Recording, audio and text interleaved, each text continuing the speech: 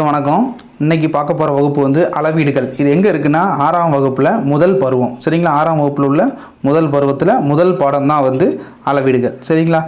இதில் நம்ம என்ன பார்ப்போம்னா, பன்னாட்டு அலகு முறைனா என்ன, அடிப்படை அலகுகள்னால் என்ன, நிறைக்கும் இடைக்கும் உண்டான வேறுபாடு என்ன, இந்த மாதிரி வந்து பேசிக்ஸாக உள்ள எல்லாமே நம்ம இதில் பார்த்துருவோம். இதோட ஹையர் லெவல்லாம் வந்து கன்டினியூட்டிலாம் வந்து அடுத்தடுத்த வகுப்பில் வந்து, அதாவது 7ஆம் வகுப்பு 8ஆம் வகுப்பில் வந்து நல்லா கொடுத்துருப்பாங்க. இப்போ நம்ம வந்து முதல் பாடத்தை நிறைவு செய்ய பார்ப்போம். சரி, பன்னெண்டு அலகு முறை கீழே பார்த்தீங்கன்னா இந்த 7 அடிப்படை அலகுகளும் கொடுத்துருக்காங்க. இந்த 7 அடிப்படை அலகுகளும் கொடுத்துருக்காங்க. ஒரு நிமிஷம். 7 அடிப்படைகளும் கொடுத்துருக்காங்க. இதில் முதல்ல இது நீளமோட அலகு என்னென்னா, யூனிட் என்னன்னா மீட்ரு. சரிங்களா? வெப்பநிலைனா கெல்வின். சரிங்களா? மின்னோட்டம்னா ஆம்பியர். காலம்னா வினாடி. பொருட்களின் அளவுனா மோலு. நிறைக்கு வந்து கிலோகிராமும், ஒளிச்செறிவுக்கு கேண்டிலா. இதுதான் வந்து 6 அடிப்படை அலகுகள். இந்த 7 அடிப்படை அலகுகள். இந்த 7 அடிப்படை அலகுகள் தான் வந்து மற்ற அலகுகள் எல்லாமே வந்து டெவலப் பண்ணியிருப்பாங்க. சரிங்களா? சரி,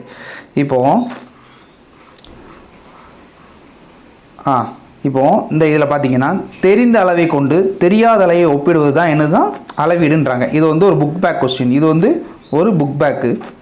இது நமக்கு ஒரு புக் பேக்கில் கொடுத்துருக்காங்க. தெரிந்த அளவை கொண்டு தெரியாத அளவை ஒப்பிடுவது என்னவா? அளவீடு. சரிங்களா? அளவீடு. ஏதேனும் இரு புள்ளிகளுக்கிடையே உள்ள தொலைவு தான் என்னென்னு சொல்கிறாங்கன்னா நீளம்னு சொல்கிறாங்க. என்ன சொல்கிறாங்க? நீளம். 2 புள்ளி இருக்குது. இந்த 2 புள்ளிக்கும் இடையில் உள்ள இந்த தொலைவு இருக்குது பார்த்தீங்களா? தொலைவு என்னன்னு சொல்கிறாங்கன்னா நீளம்னு சொல்கிறாங்க.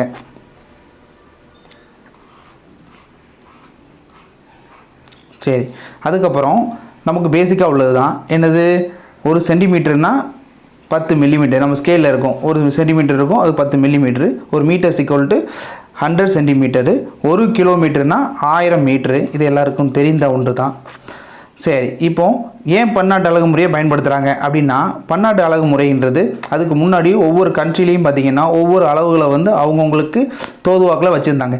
இதை வந்து ஒரு இன்டர்நேஷ்னல் ஸ்டாண்டர்டுக்கு எல்லாருமே காமனாக வந்து ஒரே மாதிரி உள்ளதை வந்து பயன்படுத்தணும் அப்படின்ற ஒரு எண்ணத்துக்காக கொண்டு வந்தது தான் இந்த எஸ்ஐ அலகு முறை. இந்த எஸ்ஐ அலகு முறை என்னென்னு சொல்லுவாங்கன்னா இன்டர்நேஷ்னல் சிஸ்டம் ஆஃப் யூனிட்ஸு அப்படின்னு சொல்லுவாங்க.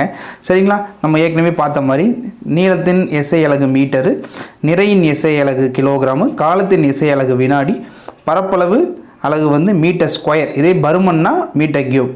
பரப்புனா வந்து 2D, பருமன்னா வந்து 3D.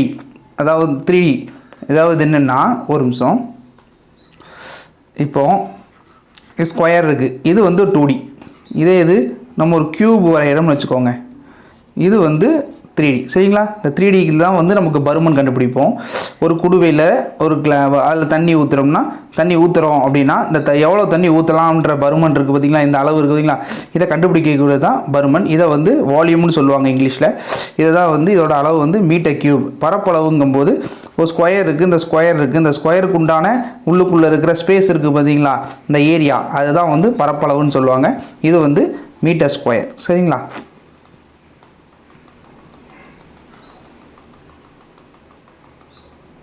சரி, மீட்டர் ஸ்கொயர். அதுக்கப்புறம் வந்து இந்த பாக்ஸை நல்லா பார்த்துக்கோங்க. சரிங்களா?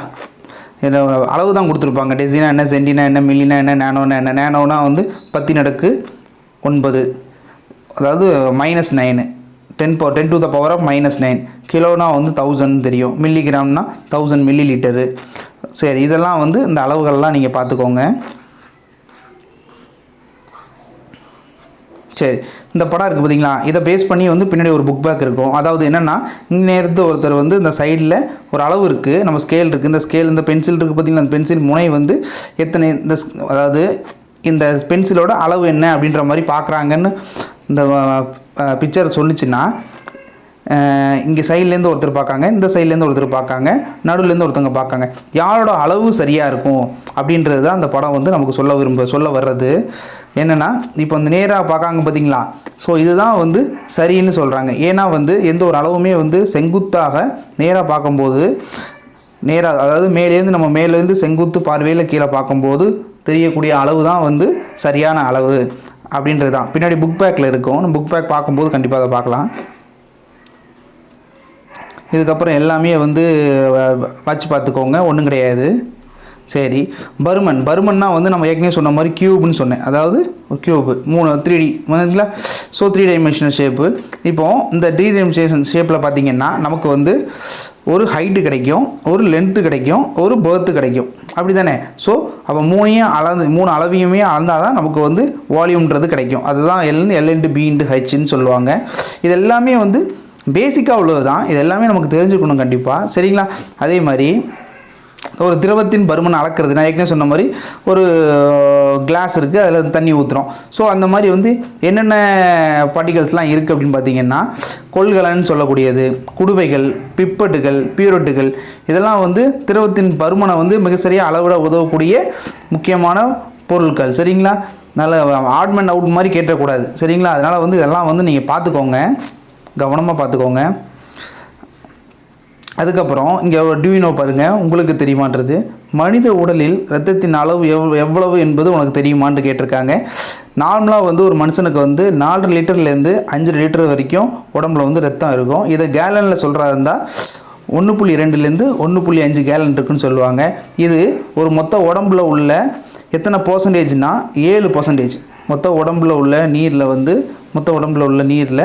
நமக்கு வந்து 4 to 5%, அதாவது சதவீதம் பாருங்கள், 4 to 5 லிட்டரை வந்து 7% ஆஃப் நம்மளோட வெயிட்னு சொல்கிறாங்க, சரிங்களா.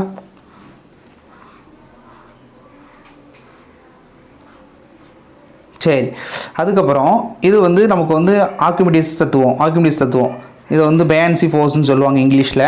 ஆர்க்கிமிடிஸ் தத்துவம் அதாவது மிதவை இயக்கம்னு நினைக்கிறேன். சரி, ரைட்டு, மிதவை அளவு. ஆமாம். இப்போ என்னென்னா இந்த பார்த்திங்கன்னா 2 பிப்பட் இருக்குது. இந்த 2 பிப்பட் இருக்குது பார்த்திங்கன்னா, இந்த அளவு இருக்குது. இதில் வந்து ஒரு அளவு 50 லிட்டர் குடிச்சிருக்காங்க.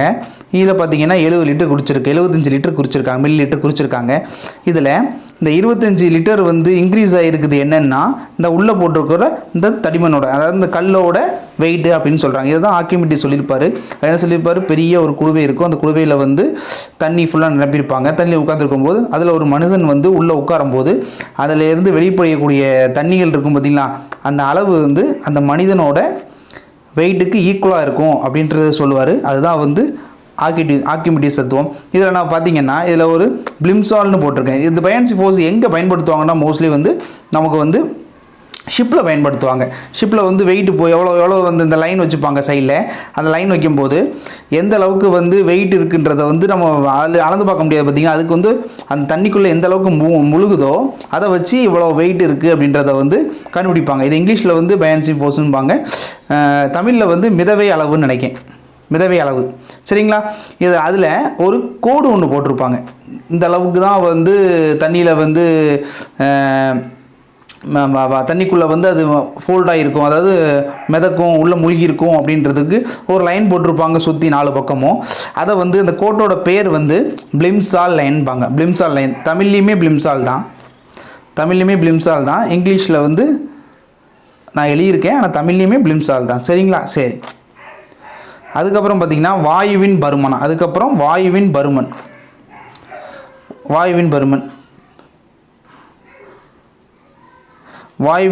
திறப்பொருளின் பருமன் SI அலகு முறையில் கனமீட்டர் கியூப்னு சொல்கிறாங்க. என்ன சொல்கிறாங்க, திறப்பொருளின் பருமனின் SI அலகு வந்து கனமீட்டர் கியூப், அதாவது மீட்டர் கியூப். நம்ம ஏற்கனவே பார்த்தது தான், கனமீட்டர் அல்லது மீட்டர் கியூப். சரி, இதுக்கப்புறம் கீழே பார்த்திங்கன்னா 3 அளவு கொடுத்துருக்காங்க. ஒரு மீட்டர் கியூப்னால் அதோட அளவு வந்து எதுக்கு சமமாக இருக்கும்னா ஒரு மைக்ரோ லிட்டருக்கு சமமாக இருக்குன்றாங்க. 1 சென்டிமீட்டர் கியூப்ன்றது வந்து 1 மில்லி லிட்டருக்கும், 1 மீட்டர் கியூப்ன்றது 1 கிலோ லிட்டருக்கும் சமமாக இருக்கும் அப்படின்னு சொல்கிறாங்க. சரி, இதுக்கப்புறம் இதில் ஒரு அர்டுயினோ இருக்குது பாருங்கள், மேலும் தெரிந்து கொள்வோம்ல. இதில் என்ன சொல்கிறாங்கன்னா, இது ஒரு முக்கியமான கேள்வி. இந்த பாருங்கள், பூமியின் பரப்பில் எடை வந்து எதுக்கு நேர்த்தகவில் இருக்குமோ, நிறைக்கு நேர்த்தகவில் இருக்கும், சரிங்களா.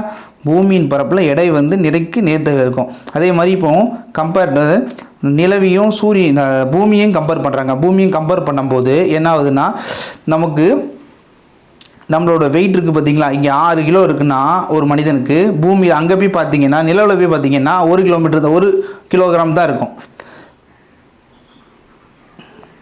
மன்னிக்கணும், நிலவில் இது பூமின்னு வச்சுக்கோங்க. இங்கே ஒரு மனிதனோட வெயிட் வந்து 36 கிலோ இருக்குன்னா நிலவில் வந்து 6 கிலோ தான் இருக்கும். அதாவது 6ல் 1 பங்கு தான் இருக்கும், 6ல் 1 பங்கு தான் இருக்கும் அப்படின்னு சொல்கிறாங்க. இந்த பாருங்கள், இதில் போட்டிருப்பாங்க பாருங்கள், பூமியை விட நிலவில் ஈர்ப்பு விசை குறைவு. எஸ், ஆமாம், கிராவிட்டி அங்கே கம்மியாக இருக்கும் என்ற போதிலும் இரண்டிலும் நிறை சமமாக இருக்கும். நான் சொல்கிறது வந்து இது வெயிட், எடை, சரிங்களா? இது வந்து எடை, நிறை வந்து சமமாக இருக்குன்றாங்க. பூமியிலையும் சரி இங்கேயும் நிறை சமமாக இருக்கும், ஆனால் எடை வந்து வித்தியாசம் இருக்கும். எடை, நிறைனா வந்து மாஸ்ன்னு சொல்லுவாங்க இங்கிலீஷில். மாஸ்னால் நமக்கு கிலோகிராமில் குறிப்போம். நம்ம எடைங்கும் போது இங்கிலீஷில் வெயிட்னு சொல்லுவாங்க. வெயிட்டுங்கும் போது நியூட்டன் வந்துடும், சரிங்களா? சரி, நிலவில் ஈர்ப்பு விசை புவியை போல் 6ல் 1 பங்கு தான் இருக்கும். ஆகவே நிலவில் பொருளின் எடை என்பது பூமியில் உள்ள எடையில் 6ல் 1 பங்கு ஆகும், சரிங்களா? சரி, 1000 milligram is equal to 1 kilogram. 1000 கிராம்ங்கிறது 1 kilogram. அப்போ 1000 கிலோங்கிறது என்னது? 1 டன், சரிங்களா? இதெல்லாம் நீ பார்த்துக்கோங்க. நிறை நெசை அலகு கிலோகிராம் ஏற்கனவே பார்த்தது தான். இது எடைங்கும்போது என்ன வரும்? எடைங்கும்போது நியூட்டன் வந்துடும். எடைங்கும்போது நியூட்டன் வந்துடும். நிறைங்கும்போது கிலோகிராம் வந்துடும்.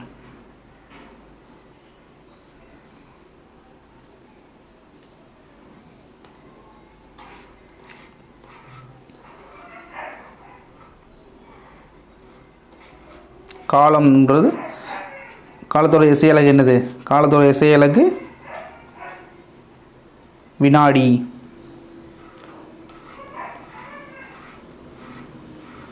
சரி, மேலும் தெரிந்து கொள்ள இன்னொரு டிவியூனோ இருக்குது பாருங்கள். இதில் பார்த்தீங்கன்னா ஓடோமீட்டர்னு சொல்லியிருக்காங்க பாருங்கள்.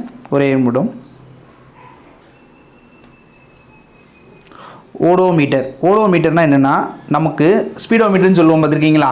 அதில் நமக்கு எவ்வளோ தூரம் வந்து நம்ம எத்தனை கிலோமீட்டர் வண்டி போடி இருக்குது அப்படின்றத பார்ப்போம் பார்த்தீங்களா? நமக்கு பைக்லேயும் கார்லேயும் வந்து முன்னாடி இருக்கும் பார்த்தீங்களா, ஹெட் தலைக்கில். அதில் அது எதுக்கு பயன்படுதுன்னா, அந்த ஓடோமீட்டர் வந்து அது என்னன்னா டயரில் கனெக்ட் பண்ணியிருப்பாங்க. டயர் சுத்த அது ஓடும்னு வைங்களேன். ஸோ நமக்கு வந்து ஓடோமீட்டர் அப்படின்னு சொல்லுவாங்க. அந்த ஓடோமீட்டர் எதுக்காக பயன்படுதுன்னா, அந்த கருவி வந்து தொலைவை எவ்வளோ தூரம் நம்ம எவ்வளோ கிலோமீட்டர் நம்ம போயிருக்கோம் அதை பயன்படுத்துக்கு. இது ஒரு முக்கியமான ஒரு கேள்வி தான். ஓடோமீட்டர் என்பது ஒரு தானியங்கி வாகனங்கள் கடக்கும் தொலைவை கணக்கிட பயன்படும் ஒரு கருவியாகும், சரிங்களா? அதுக்கப்புறம் மெட்ரிக் அலகு முறைன்றாங்க. இந்த மெட்ரிக் அலகு முறையை வந்து எப்போ கொண்டு வந்தாங்கன்னா 1790 ஃப்ரெஞ்சு பீப்புள்ஸ் தான் கொண்டு வந்தாங்க. அதே மாதிரி வில்லியம் பெட்வெல் அப்படின்றது என்ன பண்ணியிருப்பாருன்னா, வில்லியம் பெட்வெல்ன்றவர் நீளத்தை அளக்கிறதுக்கு ஸ்கேல் நம்ம அளவுகோல் பயன்படுத்துகிறோம் பார்த்தீங்கன்னா, அந்த அளவுகோலை கண்டுபிடிச்சது வந்து இந்த வில்லியம் பெட்வெல் அப்படிங்கிறது தான் நமக்கு நீளத்தை அளக்கக்கூடிய அளவுகோலை கண்டுபிடிச்சிருப்பார். அதே மாதிரி ஒரு கிலோகிராம்னு சொல்கிறோம் பார்த்தீங்கன்னா, அந்த ஒரு கிலோகிராமு அது எப்படி வந்து அதை வந்து 1 கிலோகிராம் அப்படின்னு அதை ஐடென்டிஃபை பண்ணுறாங்கன்னா, பிரான்சிஸில் செவ்ரோஸ்ன்ற இடம் இருக்குது. அதில் வந்து சர்வதேச எடைகள் மற்றும் அளவீடுகளுக்கு உண்டான நிறுவனம் இருக்குது. 1989 நிறுவப்பட்டிருக்காங்க. இங்கே என்ன பிளாட்டினம் மற்றும் இரிடியம் கலவைகளால் கலந்த ஒரு உலோகம் இருக்குது. அந்த நிறைக்கு சமமான ஒரு எடையே உள்ளது தான் 1 கிலோகிராம் அப்படின்னு எல்லாருமே வந்து பயன்படுத்துகிறாங்க, சரிங்களா?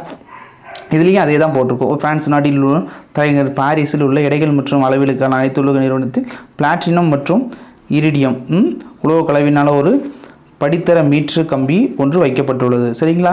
இங்கே இது வந்துங்கன்னா பிரான்ஸ் நாட்டில் உள்ள பாரிஸில் அதே எடைகள் மற்றும் அளவீடுகளுக்கான அனைத்து உலக நிறுவனம்னு ஒன்று இருக்குது. அங்கே பிளாட்டினம் இரிடியம் உலோக கலவிலான ஒரு படித்தர மீட்ரு கம்பி ஒன்று வைக்கப்பட்டுள்ளது. இந்த மீட்டர் கம்பியின் நகல் வந்து அதாவது ஜெராக்ஸ், இதே மாதிரி ஒரு ஜெராக்ஸ் எங்கே இருக்குன்னா நம்ம புதுடெல்லியில் தேசிய இயற்பியல் அலுவலகத்தில் வைக்கப்பட்டிருக்கான்.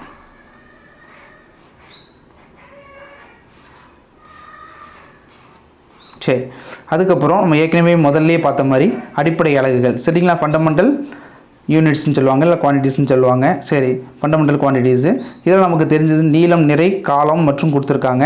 இது போக பார்த்திங்கன்னா வெப்பநிலைனா கெல்வினு, மின்னோட்டம்னா ஆம்பியரு,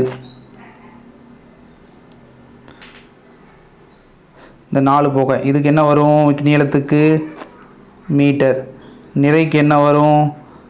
கிலோகிராம், காலத்துக்கு என்ன வரும்? வினாடி, காலத்துக்கு வினாடி வரும், வினாடி. அதுக்கப்புறம்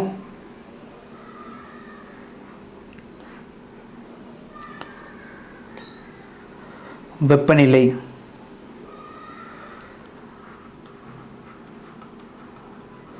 வெப்பநிலை. அதுக்கப்புறம் வெப்பநிலைக்கு என்ன வரும்? கெல்வின்,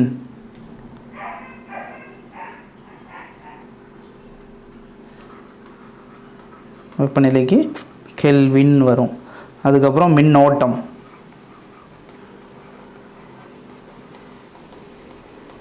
மின்னோட்டம்னா ஆம்பியர்,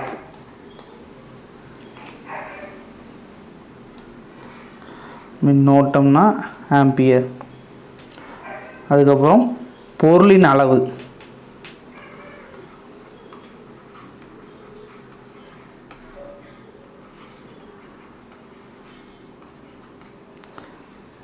ஒரு மோல், அதாவது மோல்.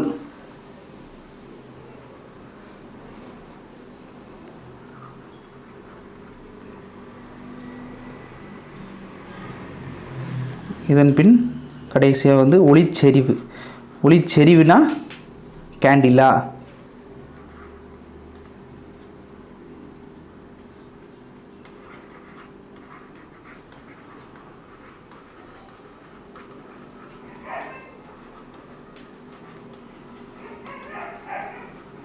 ஒளிச்செறிவுனா கேண்டிலா. சரிங்களா? இதுதான் வந்து ஃபண்டமெண்டல் குவான்டிட்டிஸ், அடிப்படை அலகுகள் 7. சரிங்களா? சரி, இதோட இந்த பாடம் நிறைவுக்கு வந்துருச்சு. நம்ம அடுத்த வகுப்பில் அடுத்த பாடமான பார்க்கலாம். சரிங்களா? நன்றி.